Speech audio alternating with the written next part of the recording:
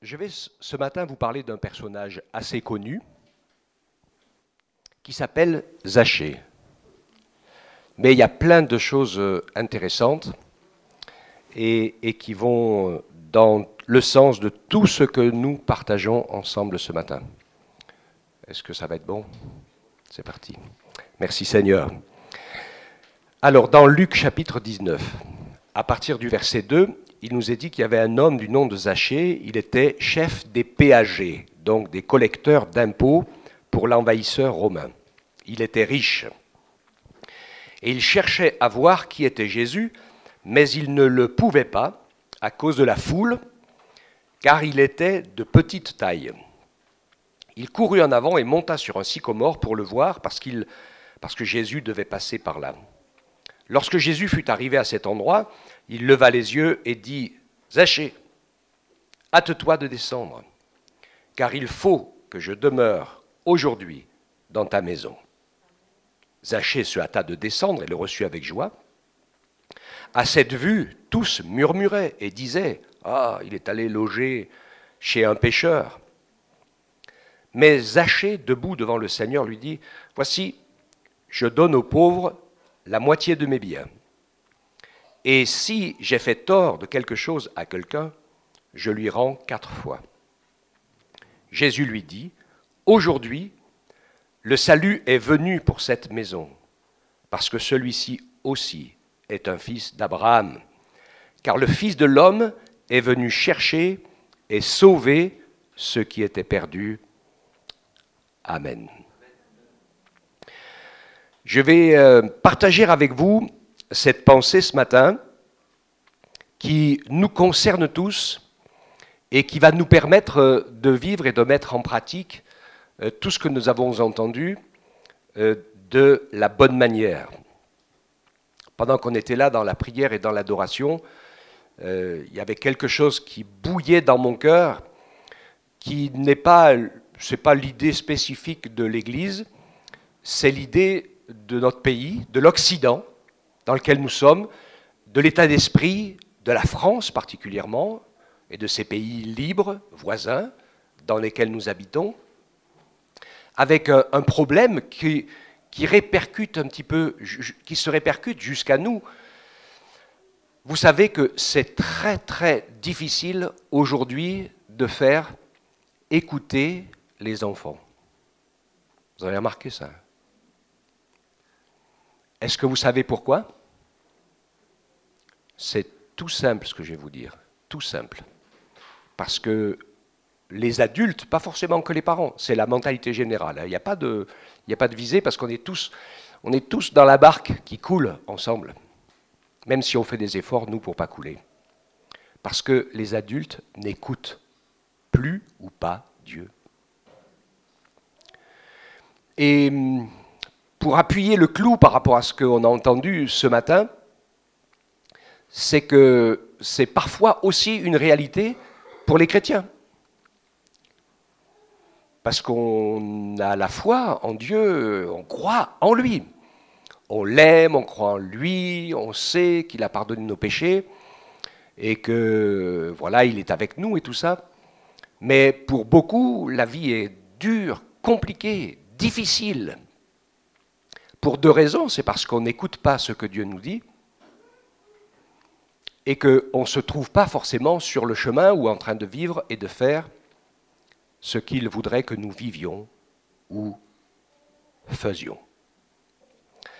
Au travers de Zachée, on va voir un petit peu cette rencontre et c'est un verset que j'ai eu sur le cœur toute la nuit. Jésus est venu chercher et sauver ceux qui étaient perdus. Le problème, c'est que les gens ne savent pas, ne croient pas, ne veulent pas admettre qu'ils sont perdus. Donc Jésus ne peut pas sauver des gens qui ne se croient pas perdus. Il ne peut pas convaincre des péchés dans ce cas-là, puisque la plupart des gens disent « je ne suis pas plus mauvais que les autres concitoyens, je fais le bien, etc. Et donc je suis un bon citoyen qui fait le mieux possible. Donc Dieu ne peut pas être en désaccord avec moi. » Et on peut parfois avoir un peu la même mentalité, la même pensée, un petit peu dans l'église. Je suis fidèle, je viens à l'église, je prie, je donne ma dîme, je lis ma Bible. Et donc, il n'y a pas de raison.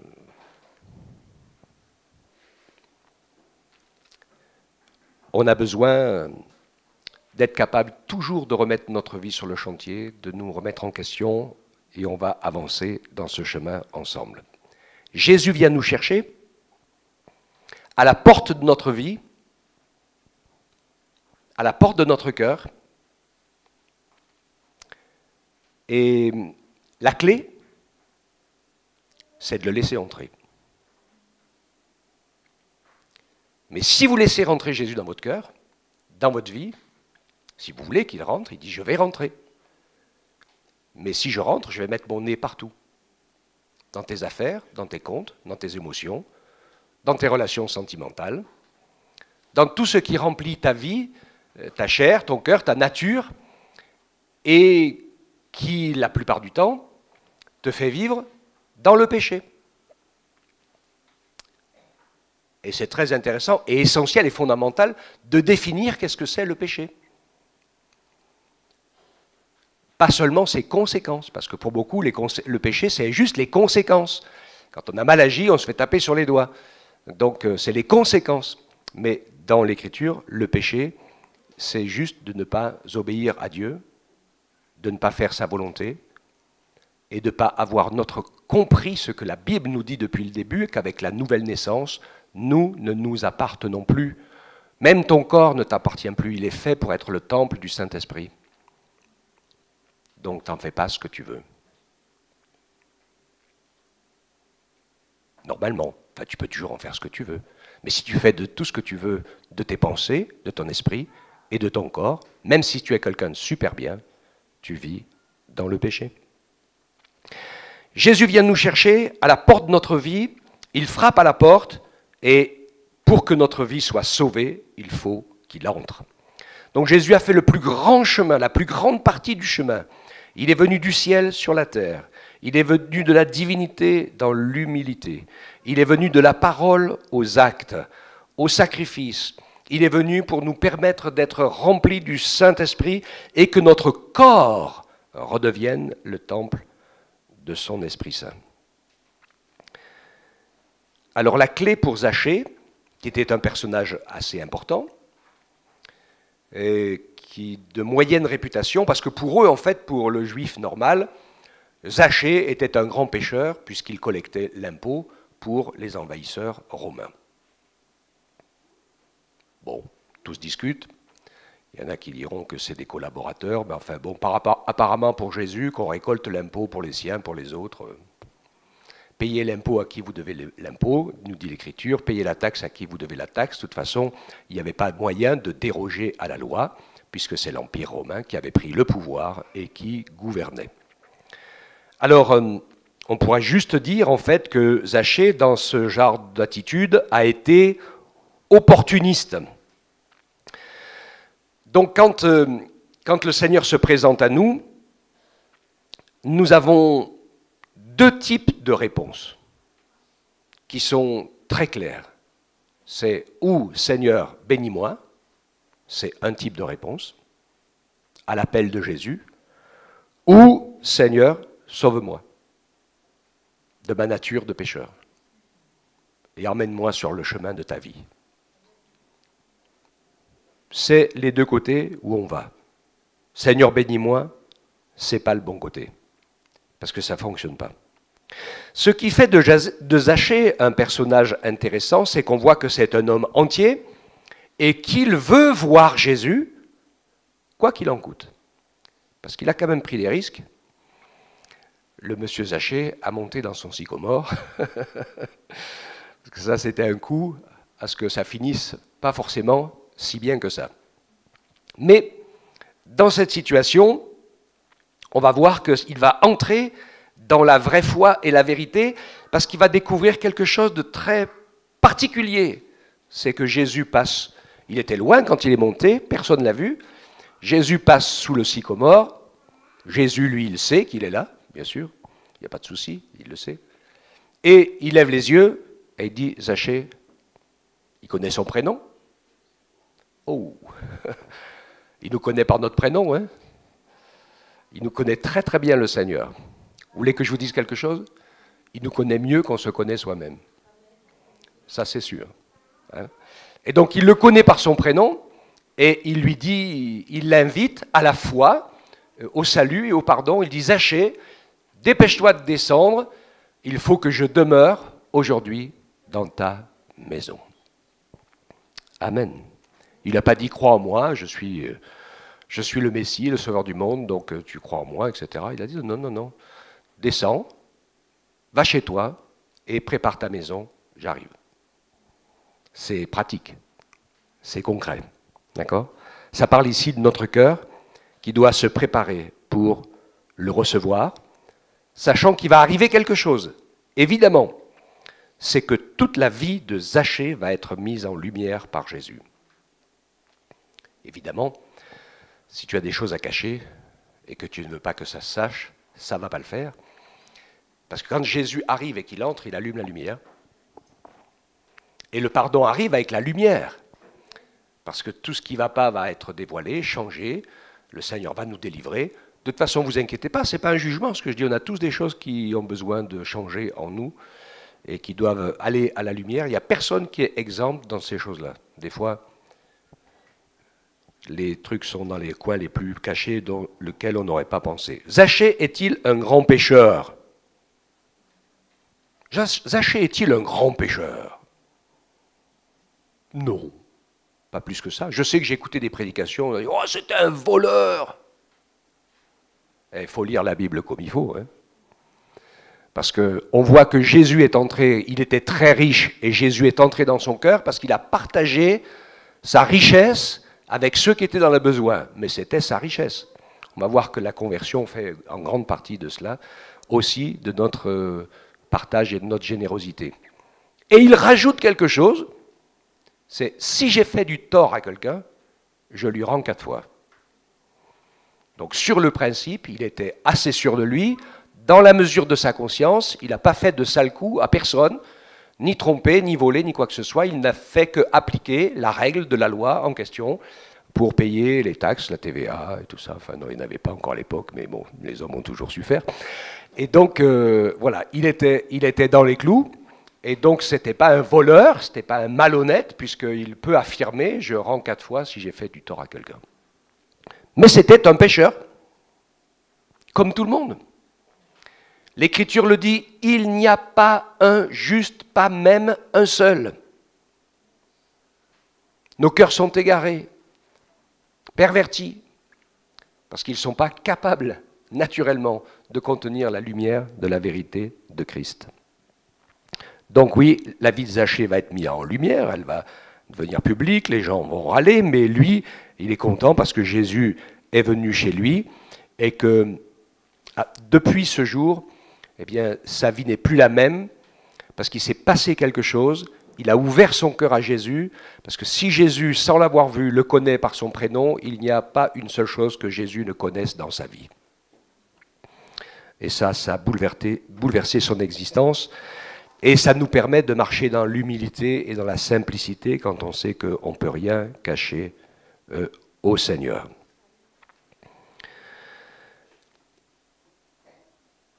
Le péché de Zachée, il est comme celui de tous les hommes avant de connaître Jésus ou de vraiment le convertir, c'est qu'il vivait uniquement pour lui-même.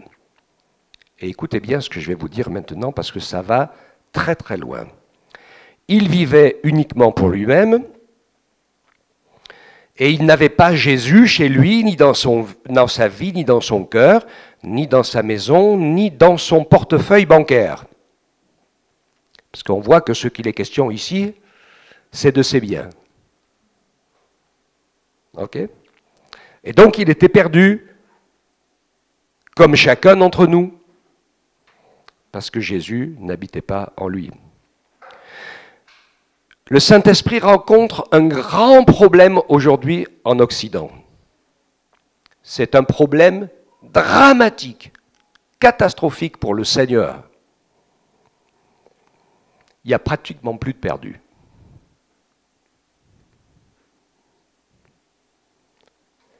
C'est de l'humour ce que je dis là. Hein? Parce que les gens, ils n'ont plus jamais tort aujourd'hui. Tout le monde a raison et tout le monde a le dernier mot.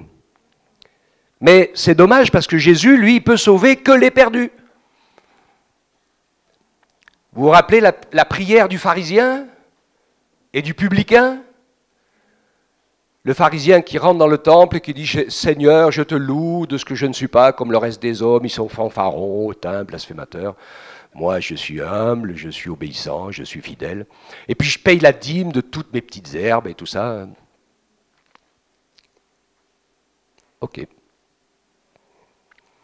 Et puis derrière lui rentre un publicain, comme Zachée, tiens. Quelqu'un qui est peut-être pire que Zachée parce que lui, il a des reproches à se faire. Et il sait qu'il est pécheur parce qu'il a mal agi, certainement à plusieurs reprises. Mais il vient dans la maison de Dieu parce qu'il ne peut pas rester comme ça, il ne peut pas rester conscient de ses péchés sans que ses péchés soient pardonnés. C'est affreux d'être perdu en n'étant pas conscient que si le Seigneur Jésus ne vient pas briser ton cœur, ta vie, faire mourir ta vieille nature et reconstruire sa vie en toi, tu es perdu dans ton péché, quoi que tu fasses. Il n'y a pratiquement plus de repentance aujourd'hui, c'est compliqué ça, même parmi les croyants. Ça fait déjà une quinzaine d'années, presque 20 ans, que c'est devenu catastrophique. Vous ne pouvez plus faire un reproche à personne ou dire à quelqu'un qu'il y a quelque chose dans sa vie qui pourrait arranger autrement. Ça, c'est devenu mission impossible, tu te fais jeter à chaque coup. Et c'est grave. Il y a un problème. Chacun a toujours raison, on a toutes ses raisons ou ses excuses, mais la foi, c'est un esprit de repentance et de soumission à la parole de Dieu. Et même si on te fait un reproche qui n'est pas justifié, c'est pas bien grave, ça comblera les autres bêtises que tu as fait et dont tu n'as jamais eu besoin de rendre compte à personne, parce que le Seigneur t'a pardonné, ça fait grâce. Il t'a fait grâce, ça s'est passé comme une lettre à la poste. Donc tu peux bien avaler aussi quelques injustices. Ça fait partie de la formation et de l'école de Dieu. D'être capable de passer par-dessus les injustices, c'est une nécessité, c'est une obligation. Parce que c'est le chemin de la croix.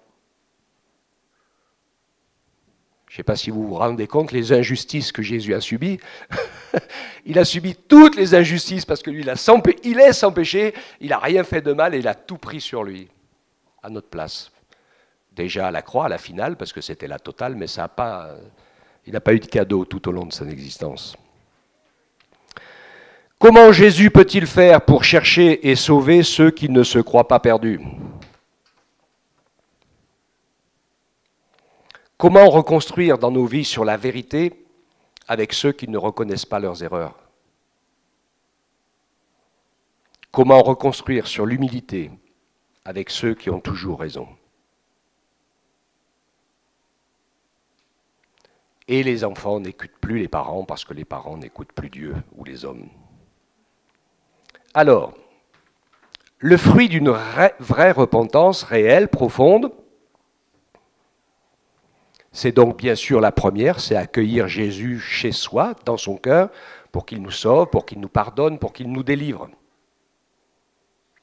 Je veux repréciser quelque chose parce que je vois que parfois on est un peu expectatif. Dieu a conduit Job dans la même expérience.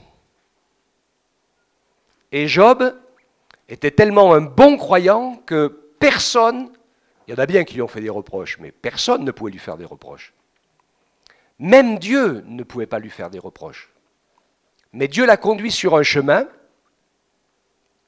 qui a fait qu'il a été tellement déstabilisé dans sa nature humaine qu'il a pris conscience qu'il ne pouvait pas se sauver lui-même, qu'il ne pouvait pas y voir clair lui-même, parce qu'il était perdu dans tout ce qui arrivait, et qu'il ne pouvait pas comprendre le sens de quoi que ce soit de ce qui était en train de lui arriver, sans que Dieu ne vienne pas à son secours. Et quand il était prêt, qu'il était mûr, le Seigneur s'est montré à lui,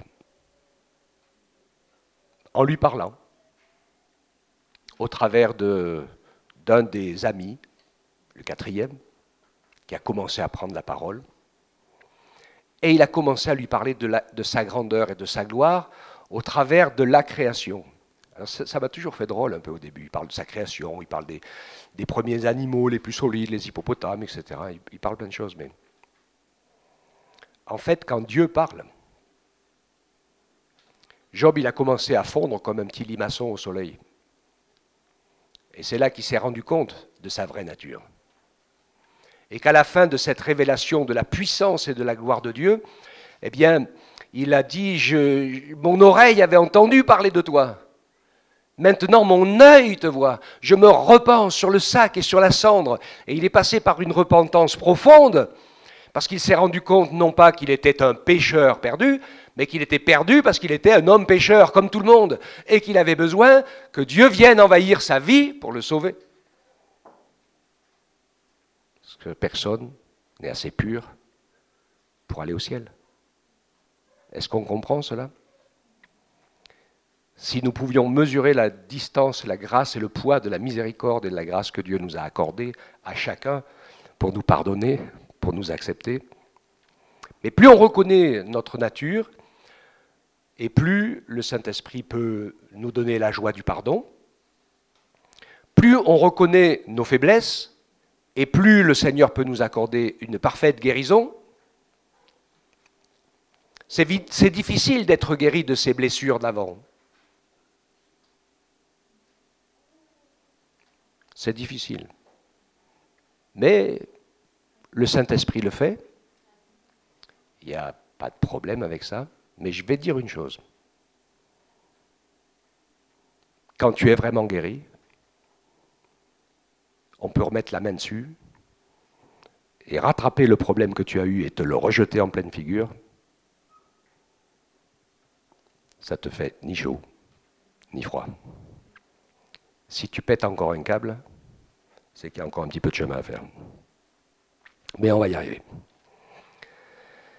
Donc Zachée accueille Jésus chez lui, dans sa maison, et bien sûr il l'accueille au milieu de ses amis, il l'accueille dans son compte en banque, il l'accueille dans sa... Et il devient généreux, vraiment, il est prêt à reconnaître, à réparer s'il a fait des erreurs, donc il y a des choses qui ont pu arriver, hein. Personne n'est parfait, et peut-être quelqu'un aurait pu se pointer, quelque chose lui aurait échappé, eh bien il aurait réparé. Jean-Baptiste disait dans Matthieu 3,8, aux foules qui venaient et qui l'interrogeaient, il continue le discours dans Luc 3, versets 10 à 14, et il donne l'explique. Il dit « Produisez donc du fruit digne de la repentance. » Alors les foules l'interrogeaient, « Que ferons-nous donc ?» Il répondit que celui qui a 2 tuniques partage avec celui qui n'en a pas.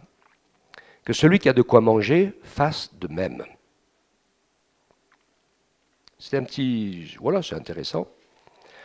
Il y a des péagers qui sont venus aussi, des gens de mauvaise vie, pour être baptisés. Lui dire, maître, que ferons-nous? Il leur dit, n'exigez rien au-delà de ce qui a été ordonné. Il aurait pu dire, conduisez-vous comme Zachée.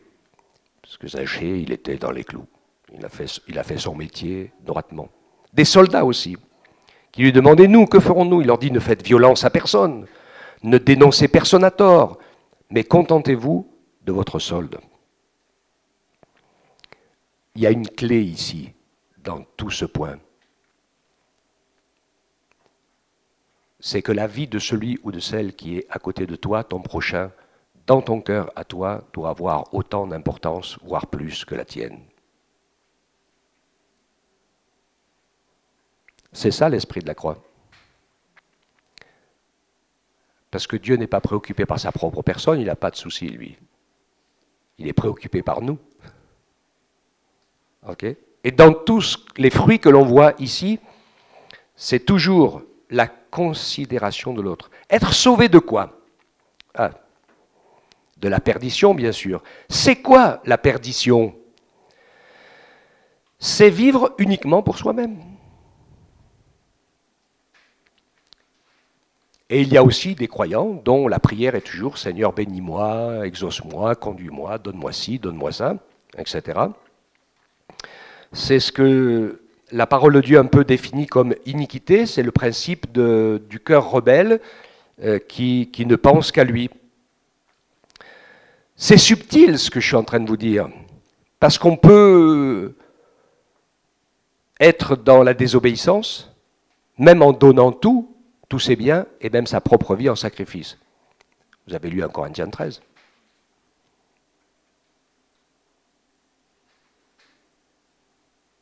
C'est écrit dans 1 Corinthiens 13, qu'on peut même donner sa vie sans avoir l'amour.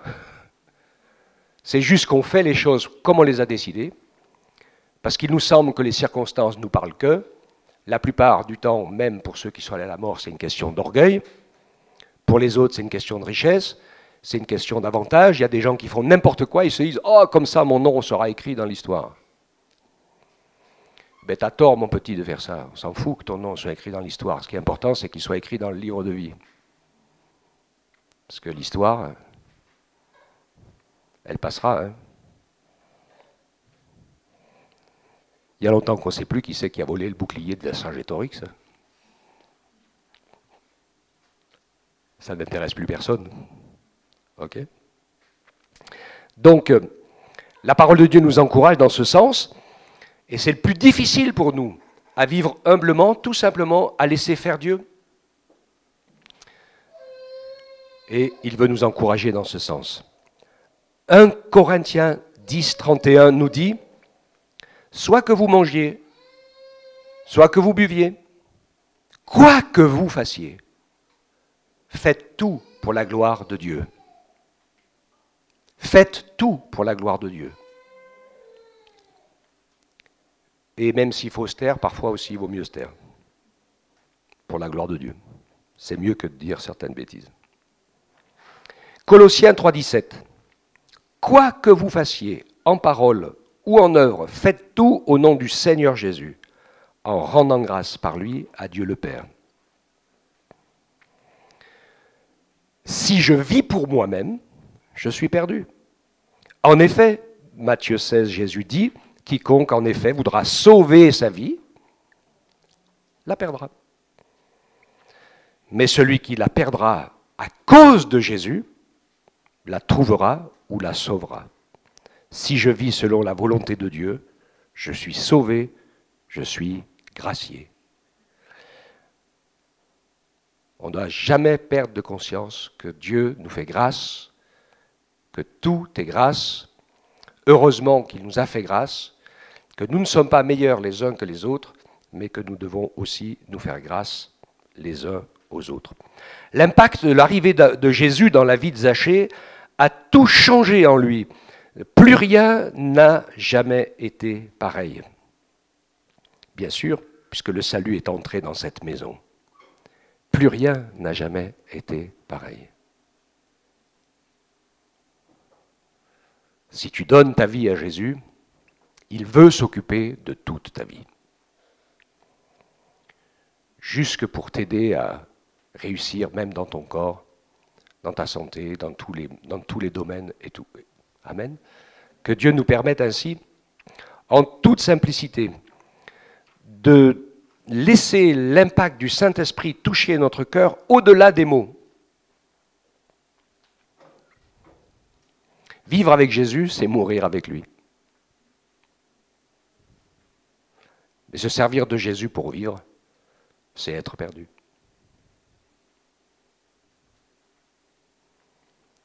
Et donc le Seigneur va nous encourager, nous aider et nous permettre ainsi de le servir en toute simplicité. Ne vous laissez pas impressionner par les œuvres, ce que je fais, ce que je ne fais pas. Le mieux, c'est de prendre son temps et puis de servir en toute simplicité, de donner la main là où il y a besoin et puis de laisser le Seigneur nous montrer. Et puis on va entrer tranquillement dans les choses qu'il a préparées, lui. Parce que sinon, si on fait les choses, nous, on va dire « Ah, moi j'ai fait ci, moi j'ai fait ça, ah, vous savez, moi... »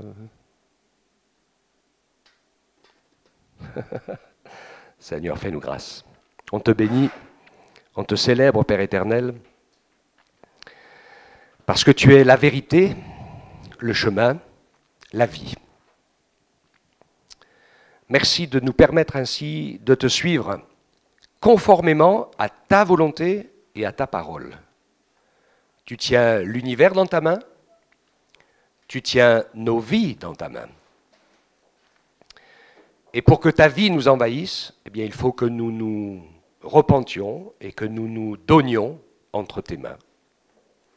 C'est ainsi que tu pourras nous ramener dans le principe de l'obéissance universelle, qui est la loi première du royaume de Dieu.